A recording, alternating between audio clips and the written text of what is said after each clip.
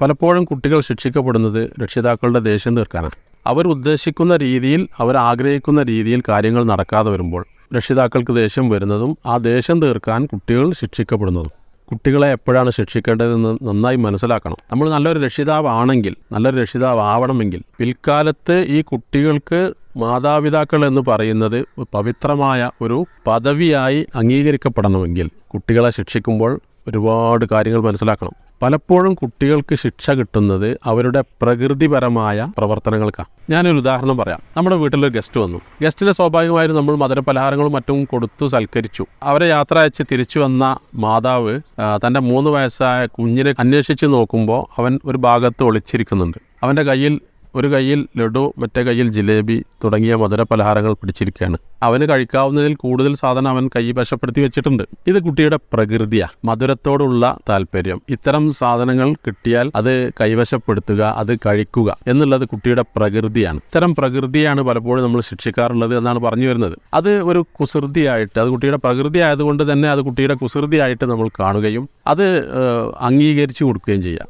മാത്രമല്ല, ആ കുസൃതി നമ്മൾ എൻജോയ് ചെയ്യുന്നതായിട്ട് അവന് ഫീൽ ചെയ്യണം. ഇത് പറയുമ്പോൾ നിങ്ങൾക്കൊക്കെ തോന്നും, കുട്ടികളെ അങ്ങനെയാണോ വളർത്തേണ്ടത്, അത് അങ്ങനെ ചെയ്യുമ്പോൾ വീണ്ടും പ്രോത്സാഹിപ്പിക്കപ്പെടുന്നില്ലേ എന്നൊക്കെ തോന്നും. എന്നാൽ അങ്ങനെ തോന്നിയിട്ട് മറുവശം എന്താണ് പരിഹാരം? ശിക്ഷിക്കുന്നതാണോ? നല്ല വടിയെടുത്ത് 2 അടി കൊടുത്ത്, അല്ല വഴക്ക് പറഞ്ഞ്, അല്ല കയ്യിലുള്ള ആ ലഡുവും ജിലേബിയും പിടിച്ച് പറിച്ച് വാങ്ങി ആർക്കും തിന്നാൻ പറ്റാത്ത കോലത്തിലാക്കി അവരെ കുറെ കരയിപ്പിച്ച് അങ്ങനെയാണ് പരിഹാരം എന്ന് തോന്നുന്നുണ്ടോ? അത് തികച്ചും അശാസ്ത്രീയമാണ്. അത് മനഃശാസ്ത്രപരമല്ല.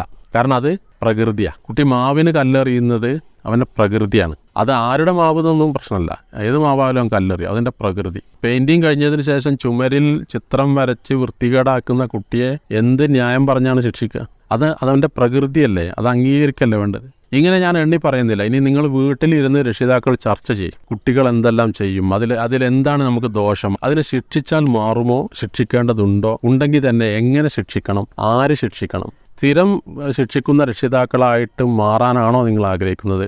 അതോ എൻ്റെ മാതാപിതാക്കളിൽ നിന്ന് എനിക്ക് ധാരാളം സ്നേഹം ലഭിക്കുന്നുണ്ട് എന്ന് കുട്ടികളെ ബോധ്യപ്പെടുത്താനാണോ ശ്രമിക്കേണ്ടത്? ഇതെല്ലാം പരിശോധിച്ചിട്ട് വേണം നമ്മുടെ കുട്ടികളെ വളർത്താൻ. നമ്മുടെ മക്കളൊക്കെ എന്നും മക്കളല്ല, അവർ മുതിർന്നവരാവും. എന്നും അവർ പാത്രം പൊട്ടിക്കൂല, എന്നും അവർ ചുമരിൽ ചിത്രം വരക്കില്ല, എന്നും അവർ നാശനഷ്ടങ്ങൾ ഉണ്ടാക്കില്ല. അവർ ചെറുപ്പകാലത്തുണ്ടാക്കിയ നാശനഷ്ടങ്ങളുടെ എത്രയോ ഇരട്ടി അവരുടെ സമ്പാദ്യങ്ങൾ കൊണ്ട് നമുക്ക് തിരിച്ചു തരും. മാത്രമല്ല, അവരുടെ പ്രകൃതിയാ അവർ ചെയ്തു വെച്ച കുസൃതികൾക്ക് നിങ്ങൾ ചെറുപ്പത്തിലെ സ്നേഹപൂർവ്വം അവരെ പരിഗണിക്കുകയും അംഗീകരിക്കുകയും ഒക്കെ ചെയ്ത് സ്നേഹം കൊടുത്ത് വളർത്തി കഴിഞ്ഞാൽ നാളെ നിങ്ങൾ വയസ്സാവുമ്പോൾ, വാർദ്ധക്യത്തിലെത്തുമ്പോൾ അവരുടെ കൈകളിൽ നിങ്ങൾ സുരക്ഷിതരായിരിക്കും.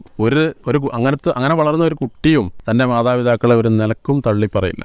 നല്ല ക്ഷമയോട് കൂടി മാത്രമേ കുട്ടികളെ വളർത്താൻ കഴിയൂ. നന്നായി ക്ഷമിക്കുന്നവർക്ക് നല്ല മാതാപിതാക്കളാക്കാൻ കഴിയൂ. അങ്ങനെ വളർത്തുന്ന കുട്ടികൾക്ക് നാളെ നല്ലൊരു ഭാവി ഉണ്ടാവൂ